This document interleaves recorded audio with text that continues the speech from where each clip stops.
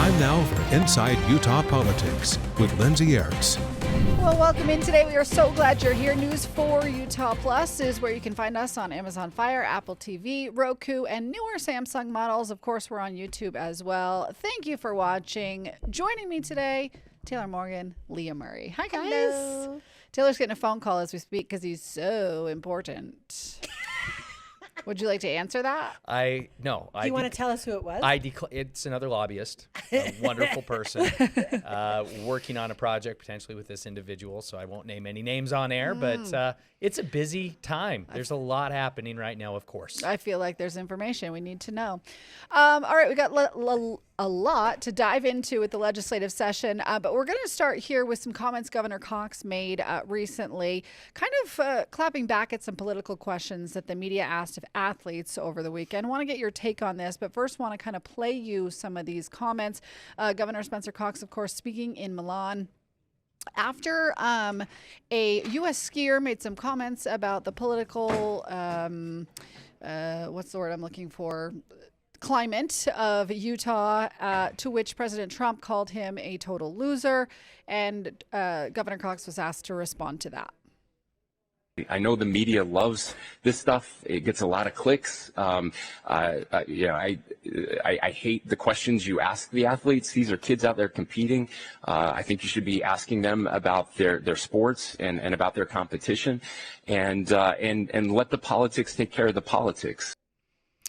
So what do you guys make of Governor Cox sort of blaming the media here when it comes to the questions they were asking, as opposed to what the skier said, which was more or less like, there's things I agree with that are happening in America and some that are not, and I am just here to have a good time, kind of signaling he wasn't representing the country, but later walked it back a little bit, saying he was. Yeah, I mean, first of all, I have to agree completely with what Governor Cox said.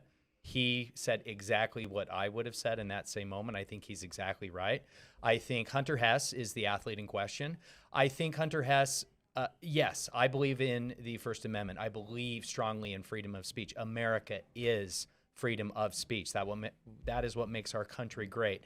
However, when you are on Team USA overseas in Italy competing in the Olympics, when you're asked by the press about the politics at home, and the press are trying to get a controversial response out of you to get exactly what President Trump said, right? Let's not play games here. The press knew what they were doing. They were trying to elicit this kind of a response ultimately from President Trump.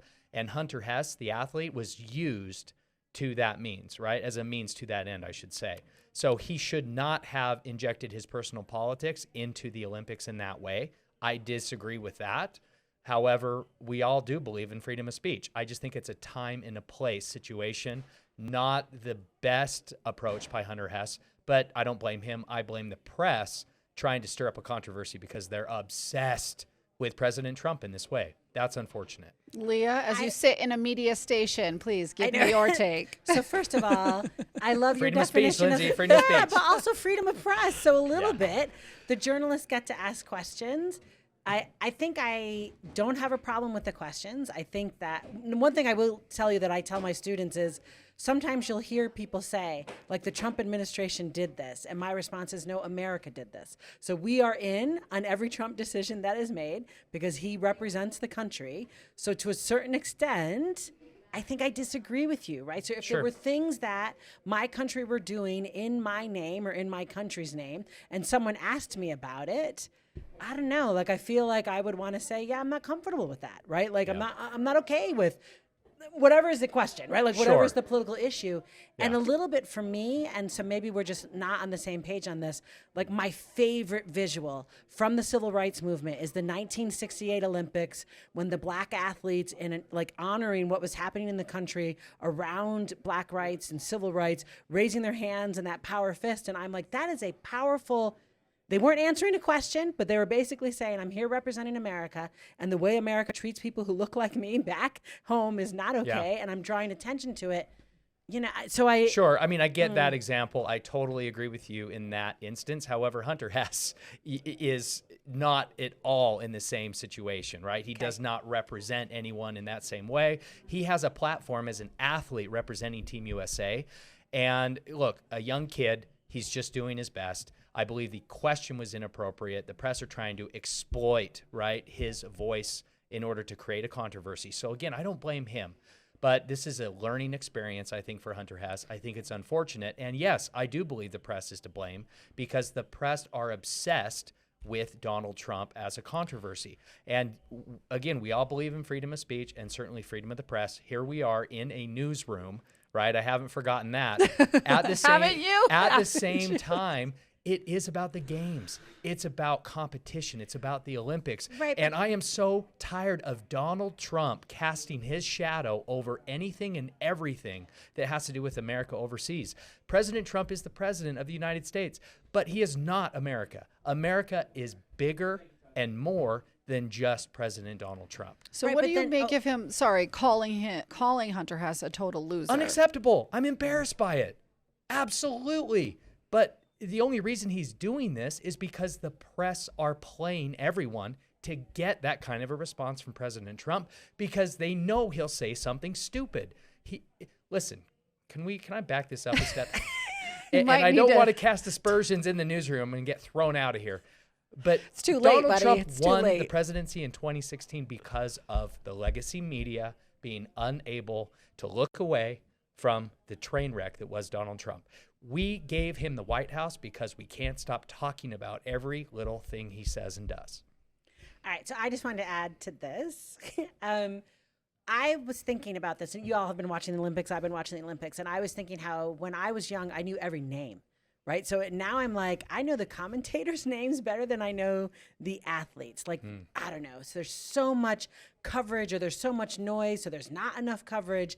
So a little bit, right? Taylor and Lindsay, if I were Hunter Hess and I'm trying to break in using my athletic skills to maybe set up a career, right? Like, that after I'm not really capable of being an Olympic athlete anymore, we all know his name, right? Like, That's a good point. Right. So Yeah. to a certain extent, I think maybe he's doing exactly what he needs to do for his own, influencer brand or something. My only advice to Hunter Hess might be win a medal first and then start talking politics if that's what you're trying to do. I'm just going to put out a message to Brad Wilson and anyone else running Salt Lake's games is that maybe there's a job out there for somebody who can coach these A athletes little on bit how of to media talk to training, the media. perhaps. Yeah, not a bad thought, Lindsay. You know, Ertz. Yeah. just saying. Yeah. Just saying. I love the press. I really do. Listen, I'm fired up about this personally because I have a good friend and a very sharp, very astute and capable businessman here in Utah. I've consulted his runs for the legislature in the past. He was a Republican, and he just left the Republican Party because he dislikes President Trump. This frustrates me so much as a Utah Republican because he's not doing any good by taking his ball and going home in that way. All he's doing is he's diminishing the ranks of good conservative Republicans here in Utah that can define our party going forward into the future. I'm so tired of good people defining their own politics in terms of what Donald Trump has said or done recently. We all need to know that President Trump is not going to define American politics forever. And if we want a future outside of Donald Trump, it's ours. I can understand why you're so spicy today. Sorry. Appreciate you bringing the passion. All right, let's dive into another topic that's happening up at Utah's Capitol Hill, and that is a proposal to return ballots in person. So you get mailed a ballot, then you got to bring them in and show ID. This is a proposal that was tried last year. It's being pushed by the House Speaker, House Majority Leader, and then a representative who kind of came in to pitch this plan to us. It's not a new plan, again, because we covered it last year. I guess there's sort of two questions in here, guys. Does Utah need to require voter ID? And then also, the fact that the House and the Senate aren't quite on board yet with this plan, and the county clerks are saying it's going to cost them $10 million ongoing to staff these drop boxes. What do you make of this proposal? So I just, I'm Go sorry, ahead. yeah. So You're good. I was just going to say, I think we're forgetting why in 2013, 2014, we moved to vote by mail. Yeah. And it's exactly this $10 million unfunded mandate from the state legislature on down to the counties that gets borne by the counties that they don't have a budget for. Back in the day when it was like, we can't afford to fix these Diebold machines when they break down, and we can't afford to buy new ones. It's a lot cheaper just to send ballots out and collect them in. I have a ballot box on Weber State's campus. It is under 24/7, 365 video surveillance. It's I'm required by complying- law to be. Right, complying Yep. with code. And I put my ballot in there every time. I have no problem with the security of that. Students put their ballots in. People in our community put their ballot in. And if I'm going to have to have a human standing there. 2 of them. For Two. two humans. Yeah. For I don't even know how long, 24/7, the whole time we've got the ballot box open. That is something we can't do. So it's an unfunded mandate to the counties. And then it also will just narrow the field of who's accessible to be able to cast their ballot. Yeah. This bill is completely unnecessary. Lindsay, to answer your first question, we do require ID in conjunction with voting. We require all kinds of ID when you register to vote. And I we brought verify citizenship. I brought ahead. that up to House leadership, and they said a lot can change between registration and voting. And guess what? We catch that. We catch it. We have systems in place that update the voter database and that require voters to update their information. I moved a year and a half ago, and within 2 weeks, I was mailed a card from my county clerk asking me to confirm my new address that they had gotten in the system in the voter database even before I had updated my registration with the state.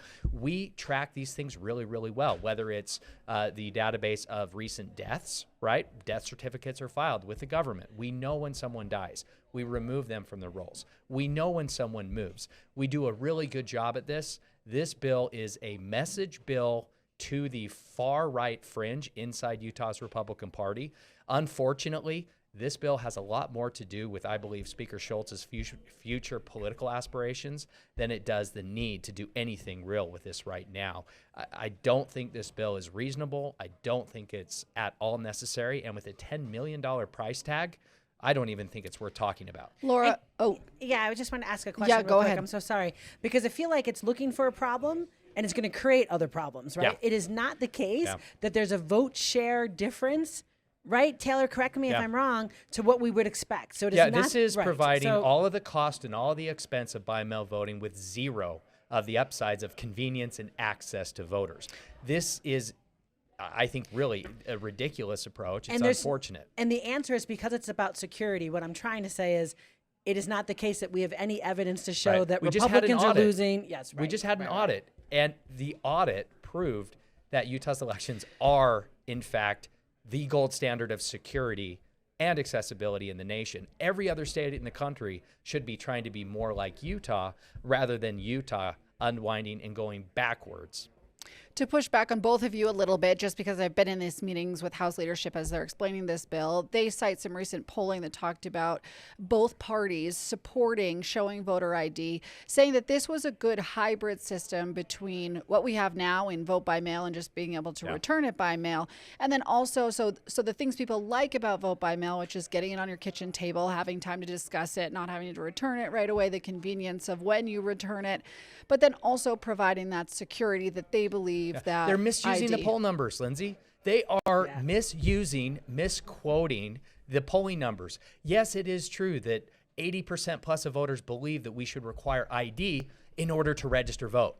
The pollsters did not ask the question, do you believe we should return by-mail ballots in person with ID? That is not the question. Nobody asked that question. There is not support for this approach. Yes, voters believe we should show ID when we register to vote or when we show up in person to cast a provisional ballot. That is what voters support. Voters do not support this approach. They are misappropriating polling numbers. Right, and the answer is there actually isn't a problem. So if it was the case that the way we are doing it resulted in all sorts of ballots, that's what I was trying to ask earlier about predicted vote and vote share.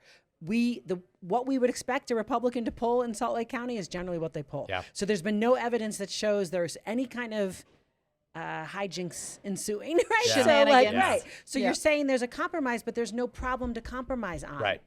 And I'm sorry I cut you off so many times, Leah. I'm No, you're fired good. up. I am good. so I tired like- of wasting time on a bill like this that is going nowhere when there are so many good things not being voted on. I love Spicy Taylor, don't get me wrong. But let's talk about whether it's going anywhere. Laura, if you can play this clip from our meeting with Senate leadership this week when we asked them whether the House, this proposal, whether it has any legs. We want high voter turnouts. We want easy for people to be able to vote, but we want secure elections, et cetera. Leah, I assume that's Yeah, I mean, I the way think in. the concerns is, access and just the staffing, what it means for our clerk's office to run that level of intense staffing. So you're seeing their point of view from both Republican President Stuart Adams and Senate Minority Leader Luz Escamilla, and their perspectives. But guys, I want to bring up the question of sort of like, this is a major proposal that will flip Utah's vote by mail on its head. Whether or not it gets rid of it is kind of subjective, effectively or not. But what does this say about the coordination between the House and the Senate? Because with a major overhaul like this, would you think they'd be coordinating, or what do you make of that? Well, I think we need look no further than last year's House Bill 300. This proposal is essentially how that bill started, because there was not support for this approach. Last year, that bill changed dramatically, right? We did not move forward with this idea last year. Yeah. It is not going anywhere this year. I think it was clear from Senate availability right then that Senate leadership would not support this proposal. Again, I think it's a colossal waste of time and energy at this point in the session to be trotting out a political message bill like this, especially when it comes to voting. So there are other bills. Sorry, Leah, I didn't mean to cut you off, but there are other bills that are major policy shifts. I'm thinking the gas tax, again, this elections bill. Are we seeing this shift between the House and the Senate where think people aren't getting along? I mean, do you sense any of this, or am I up in the night here? Well, I'll let Taylor talk about the vibe, because I think he could do that better. But I wanted to point to your X post from yesterday, Lindsay, the fact that we are 23 fewer bills behind than the same time last year, 34 behind 2024, 41 behind 2023. So we're slower at passing bills. You may remember that my resolution was that we didn't get 591 bills this year, so a little bit I'm happy about it. But I think to your point, that seems to suggest like there's some gum in the works, right? And so your question around why was the Senate leadership being a little tepid on this vote by mail bill, and then maybe we're talking about other things that feel like it's not moving, it just seems to me that maybe there's not as much coordination, but because the Senate could just kill the bill right now and say, we don't support this. Like, well, I think they did. I mean, they haven't said, really. Maybe they weren't. They said we haven't talked about enough to get the headline in the press, perhaps. But what I hear very clearly coming from Senate leadership there is a unified front from President Adams and Senate Minority Luz Escamilla that no, there is no support for this approach in the Senate. So please don't waste our time. That is what I heard loud and clear. And to your question about dysfunction, Lindsay, I think that is exactly what's happening. I think we are seeing a historically low rate of cooperation and coordination between Senate leadership and House leadership. I can't say exactly why. I have a few thoughts or speculations that I'll keep to myself for now. Yeah, that's a vague book right there. But let's just say that the dysfunction that we're seeing across the board in the legislature is, I believe, it has a lot to do with House and Senate leadership not working together. And that's not always the worst thing. I mean, when it comes to our government, when it comes to laws, and when it comes to our money, right, and our rights, less legislation is often better than more. Yeah, people complain we have too many bills. Well, if we're not able to pass as many because we're not coordinating. We still have a record high number of bills. Sure. We're just not dealing with them expeditiously. We're just not passing them as fast. Which means none of us are going to sleep the last 2 weeks of this month. I am fearful of the next 3 weeks. Buckle up, everybody. The last life. 2-3 weeks is going to be a ride. We're suspending rules and throwing things out. Canceling committees. Telling people to stop talking on bills. No personal privileges. So that's the question I want to ask you both a little bit is, one, you're right, horizontal accountability. I would love for the Senate to slow the House down. Like that's how this whole thing is supposed to work when we do checks and balances. But doesn't it feel like it's not just that? Like committees being canceled, people being kind of scolded on the floor. It just feels, and that's why I was like, can you speak to the vibe, Taylor, earlier? Yeah, but it feels like they're not getting us along as well, or which feels like there's something else, right? So it could be leadership coordination, but also just. Let me try to give Speaker Schultz some credit here. What Speaker Schultz has always been very consistent about is letting House bills have their day in the House. That can mean a lot of things, right? On one hand, Speaker Schultz truly believes that a House bill, meaning sponsored by a representative in the Utah House, right, of which he's the speaker, he believes that bill in that form should have its day. It should have the chance to be voted up or down in the House before they get into negotiations about what could potentially pass the Senate. Okay. And so I think there's some value potentially in that approach. But the problem is when it comes to really big package bills like elections or taxes, you have to work plan. with the Senate. Yeah. You can't just let everything have its day in the House. Otherwise, you're just not going to get things across the finish line. Yeah, budgetary items in particular, you've got to kind of see the big picture. Yeah. And obviously the budget chair is over in the Senate too. So It's a lot of a style approach. You know, Mike Schultz is very different than a Brad Wilson. And we as Utahns were used to seeing a very efficient, prolific Right. Utah legislature. That may not have been the best thing then. I think we all had concerns about that at the time. So pick your poison. yeah, maybe slowing it down isn't so bad. Okay, finally, we have just a few minutes left to talk about one more bill that has passed the House, and that is a proposal to make prop betting illegal. So right now, gambling in Utah, excuse me, is illegal, but the definition of prop betting is not included in that definition of gambling. So there was a debate on the House floor just yesterday about whether we should do this. It passed the House. What do you guys think? You like this proposal? I'm looking to Leah on this one. I've been talking too much. Well, as someone who's a huge sports fan, I don't know. I got serious troubles right now around gambling. How many times did you bet against the Giants last season? Taylor Morgan. And also, do we want to make a prop bet on whether this bill passes? A friendly wager? I don't Should think we- that would be legal. No? Lindsay. No, so a little bit, but all I guess I'm trying to say is there seems to be a lot of pressure in sports, right? Like on young athletes in NCAA, right? Like just the amount of betting that is happening when you watch games on YouTube TV and they're like telling you, here's where you go for FanDuel, right? So a little bit, yeah. I saw a crazy Yeah. stat, and I believe I shared this with you both yesterday, that these prop betting, these independent third-party prop betting sites essentially made more. They made $133 million off of the Super Bowl, whereas Vegas only made 130. Right. So prop betting is a big deal. It is sweeping the nation, especially among younger Americans. Younger men especially, we're prone to irresponsible choices, life choices. I've been there. And it can be addicting, right? Like can that's be my worry, addicting. right? Yeah, and the prop betting can be so all-encompassing. And it's Yes. also, I believe, a lot more ripe for manipulation by those on the inside. So it really is a problem. I appreciate Rep. Ellison taking it seriously. I think this is a good bill. I think it should pass. Interestingly, the debate came up on the House floor that this does not apply to fantasy football. Well, we can't touch fantasy football now. Because there must be a Let's- fantasy football league that is Yeah. like the House Republican. Let's not get crazy. Let's not get crazy, everybody. And can I Yeah. get in that league, please? I would like an invite. That reminds me, I still owe a few people a lot of money. Not that I would bet. No. You know, there's a House GOP group know. chat where they're like, want to bet on what Democrats It's do? more about baseball, actually. Oh, but it's not baseball? incriminating anyone. Okay, all right. Will baseball come? Thank you both for your insights today. Taylor Morgan, Leah Murray, we appreciate the conversation as always. Taylor has a Celsius limit when he comes to this show. I think he hit Well, it I've today. only had one today. Oh, okay. I Okay. need another one right now. And how many cups of coffee?